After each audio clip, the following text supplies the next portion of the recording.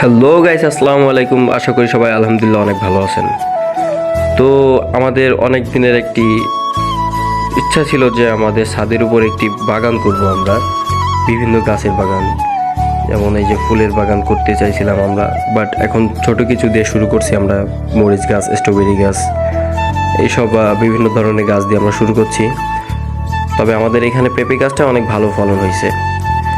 আমাদের এখানে আরও অনেক কিছু আছে, তো আমরা আস্তে আস্তে আপনাদেরকে দেখানোর চেষ্টা করব।